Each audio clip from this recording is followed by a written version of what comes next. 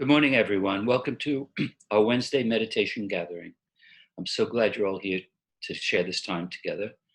Meditation gathers energy when we meditate together. This week we have Jim Whiting, who's going to lead us in meditation, and then we'll have 20 minutes of silence. And after that, we'll open it up for sharing and end approximately 10:45. Over to you, Jim. You're on mute, Jim.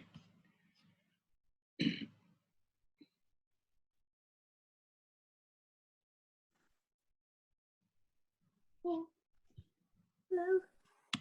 Sorry, hear me now? Can you hear me now? Good, okay. So let's just come to rest.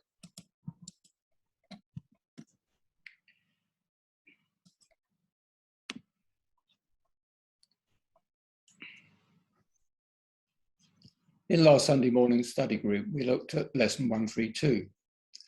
I loosed the world from all I thought it was. I loosed the world from all I thought it was. It was relevant to how I'd started my day. Soon after I awoke, I noticed it was raining, and it had an effect.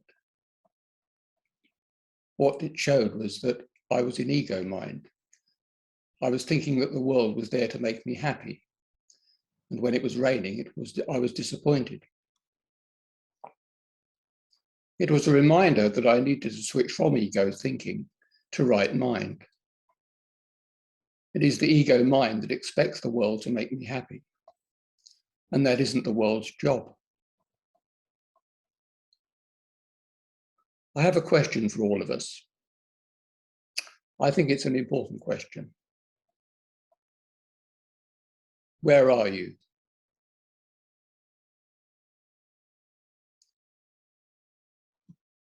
Take a moment to hear it again. Where are you?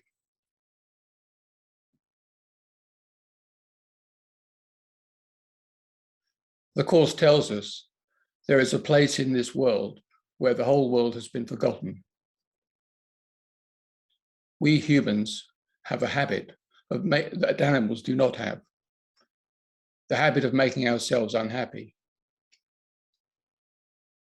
It's a choice we make habitually. This is clear soon after we awake in the morning. On the moment of waking up, after a good night's sleep, we are free of problems. How long do we stay in this blissful place? How long before our experience externally and internally takes away that foundation of inner peace? How long before thoughts based on trying to control events one way or another take our attention? There is a place in you where this world has been forgotten. This place is not in the future, to be known only after physical death. We are already in this place. We rest there in deep sleep, and sometimes in our meditation. We just usually forget this place when we remember the world. But this need not be the case. Can we remember the world and not forget the place where the world has been forgotten? Can we live life as a meditation? Yes, we can. We can take on a new habit of seeing and dropping the thoughts that create problems out of life and not believing them. These problem thoughts are ego thoughts, and ego thinking hides us from God and ourselves. Why? Because when we believe ego thoughts, we carry a feeling of guilt. Nowhere in the Course does it say we are guilty. It says the opposite. Yes, when we are in ego mind, we feel a deep and mostly unconscious guilt. But there is no guilt in truth. How could there be? In my dreams at night, I may do something that would generate a feeling of guilt. Or maybe someone else does something to me that would require them to be punished. Suppose someone I know steals from me in a dream. What do I do when I wake up? Dial 999 to get him arrested? No, I know it never happened. It was a dream. I can only appear to harm another, or another can only appear to harm me in the dream of separation. In truth, we're assured the separation has never occurred. Nothing has ever happened. Where are you? There is a place in you where this whole world has been forgotten. Now, if you'd like to gently close your eyes, just a few more words to lead us into meditation.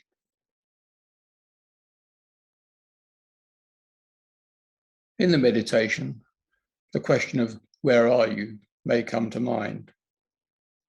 Our aspiration is to stay with ourselves as sons and daughters of God. We will fail at times, perhaps many times, but failure shows we have aspiration. And aspiration is necessary for us to grow and grow in our awareness of God's presence. When you realize you have been lost, you have been found. When you see that you have been in ego mind, you are in right mind. Stay in right mind.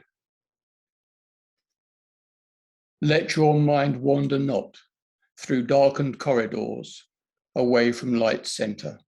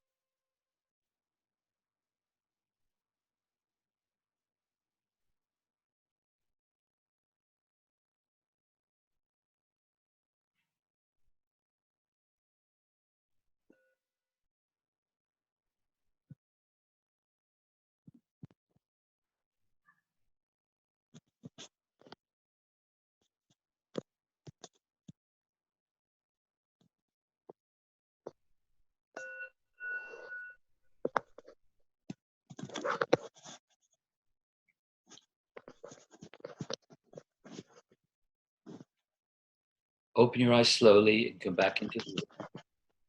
We have about 17 minutes left for sharing your reflections and your questions. If you'd like to speak, raise your hand, or you can use the reactions button at the bottom of your screen, and I'll invite you to take yourself off of mute. And if you'd like to ask Jim a question or a comment with confidentiality, put your message in the chat function at the bottom of the screen, and Jim will read it out.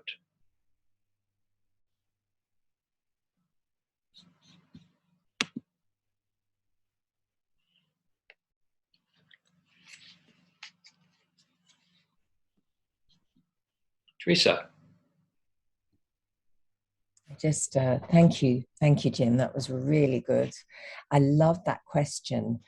Where am I?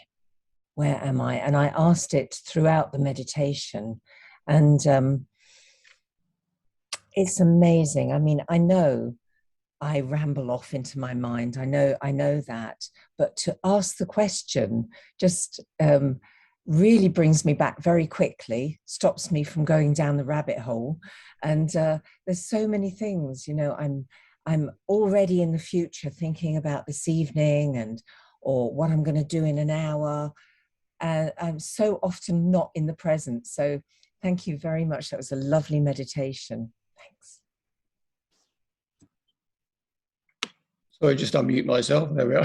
Thank you very much, Teresa, for sharing that. I think, I suspect you speak for everybody with that. It's a very common experience for me and for everyone, I think. So thank you. Who'd like to share?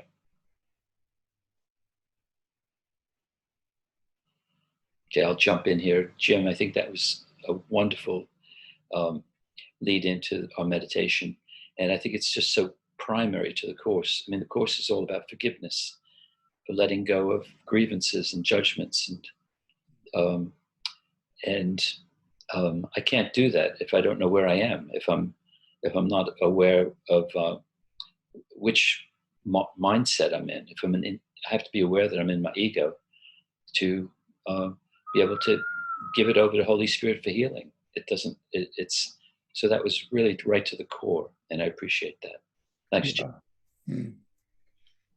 Yes, it's important to have this clear distinction, is it, between the ego thinking and the right mind. You know, they become clearer and clearer as we go on the work. Yes. Annie, would you like to share? Thank you, James. I have a question for you and for me, because I love the idea of asking myself, where am I? And I'm curious for everybody. The secret, of course, is to keep in that place all through the day and be aware of what's going on. And I wondered if you had any practices or things or tips you do for your day to help you keep in that place of where I am. The main practice for me is just remembering to just stop every so often, pause, connect with the silence, because the silence is always there, it's always available. There's never a time when I cannot connect with silence. I just forget. So whenever, I think the important thing is, whenever I remember to stop for a moment, remember the silence, to do that, not ignore it, because that memory then strengthens. The more I follow the memory, the more the memory will follow me. Thank you. I like that. Focus on the memory. Yeah, that's clever, because you then keep in the focus of attracting the same feeling, don't you? Thank you. Yes. Yeah. What you give attention to grows. Yeah. Yeah. And what we all want peace to grow in us. So we give attention to peace whenever we can. Absolutely.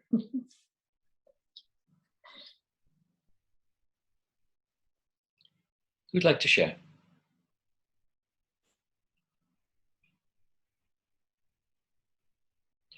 John, take yourself off mute. Hi, good morning. Thank you, Jim, for that. That was lovely. And what I loved was the reminder about, the first thing in the morning, because I know that if I don't get into this stuff, the second I open my eyes, which we do together, is my ego mind will soon take me down that rabbit hole. So thank you for that reminder. And it's interesting. I was listening to something about addiction a couple of days ago, and it said the only great addiction is the addiction to forgiveness. And I like that. Yes. I have a tendency for addictive personality, and so I've decided my addiction is now forgiveness. And the other thing I was aware of is about getting into that place was getting into the practice.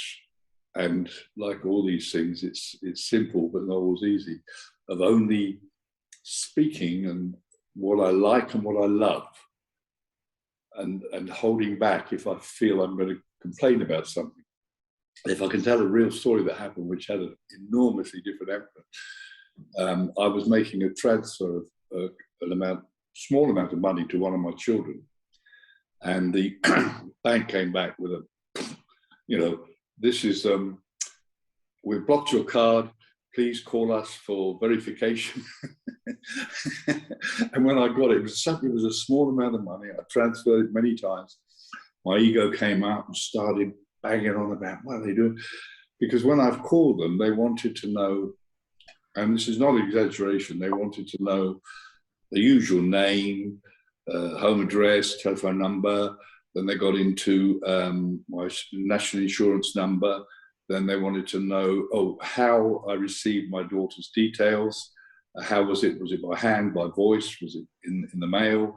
Then they wanted to know the make and model of my car. They wanted to know the make and model of my mobile phone and the serial number.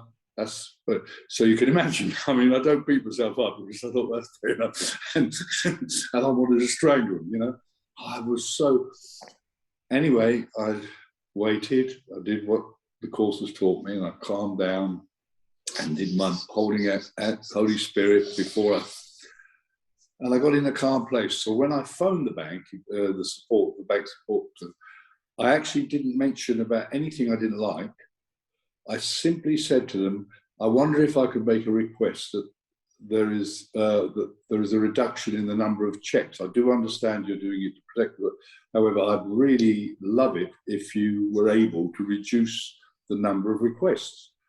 And they said, okay, well, we'll look into this and all this. And they said, what's the reason you call? I said, well, I was asked all these things, but I did it in a totally different space than the space I was in when they made the call. Anyway, 2 weeks later, I just happened to be checking my account, and there was £75 credited to my account for, I forget what they called it. They called, compensation. That was the word, compensation for the whatever that had happened. And I hadn't asked for that, whatever, but that's what happened. So that's another great reminder to only, the great one guru said, the only mantra you should have is thank you for everything. I have no complaint whatsoever. That's a great one. So thank you for your reminder. Well, thank you, John, for the reminder of gratitude, which is the other very important thing. Forgiveness and gratitude will solve everything. Absolutely. Yeah. Thank you. Lovely. And I love the idea of addiction to forgiveness as well. Thanks for bringing that. Thank you. There's a group in America which is Egoholics Anonymous, which I think is a great idea. Yeah. Doing that if it was around here. Who'd like to share? Celia, please take yourself off of mute. Hello, Jim. I am just so delighted to see you wearing this hat. And thank you for the meditation. It's very interesting that obviously for me, it was more of a contemplation because I was following your thought about where am I? And it didn't so much lead me into peace, it led me into looking at where I was, which was being spirit, but also interacting in here, So it was lovely. It was like a breath of fresh air to kind of hold those ideas and just be with them. So I really enjoyed the experience. So thank you very much indeed. Thank you. Thank you, Celia. Thank you. Who'd like to share?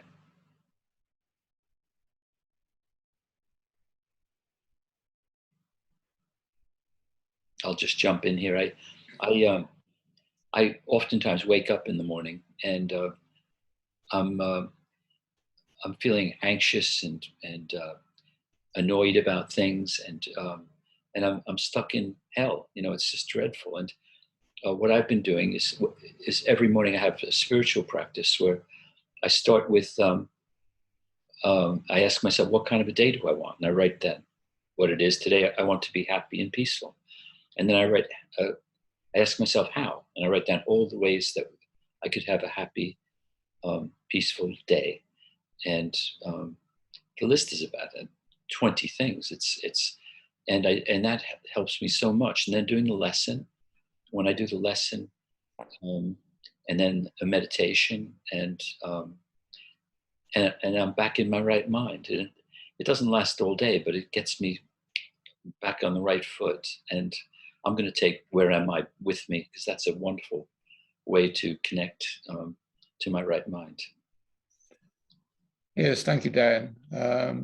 There is always that moment first thing when we wake up, when the problems aren't there. It disappears quite quickly, usually very quickly. But we can become more aware of that moment before problems start to come in. It's always there first thing as we wake up. And it's also important to become aware of this habit of making ourselves unhappy. And it's nothing to beat ourselves up about, because that's just making ourselves more unhappy. But if we remember that when we go into the thinking mind and it's causing problems, oh, that's the habit of making myself unhappy again. Just drop it. You know, laugh. The Course tells us to laugh. So, I'm making myself unhappy again. How amusing. And then let it go. It's lovely. Okay, who'd like to share? Oh, Catherine, please share. Yeah, I just want to second Celia, and I'm sure many, if not all of us here, to say that it's really lovely to have you lead us today, James, and you have a very calming spaciousness about it, which is lovely. And I haven't much to say, but just even when you started and you said, I loose the world from all I think it was or is, I can't remember, which is it, is or was? I thought it was. I loose the world from all I thought it was. Yeah, just like when we do these lessons again and again, how they land with us differently. And it's such a lovely, I just love the word loose. Like this idea that we're just really holding tightly to how it is for us. You know, we feel the way we feel and we think the way we think, and this is happening, and it's happening, you know, day after day. And we loose the world from all we think it was. Just when you said that, it just gave me an opportunity to hear it again. And it reminds me of, you know, I don't know what anything means, just that creating that space into which some new insight can come. So thank you for leading, and thank you for that lesson. Well, thank you, Catherine. Yes, this image of holding on tightly, you know, we just don't realize how tightly we're holding on. We are really holding tightly on to the ego much of the day, and it's exhausting. So, you know, just let go, just let it go. When we can, anyway, when we can.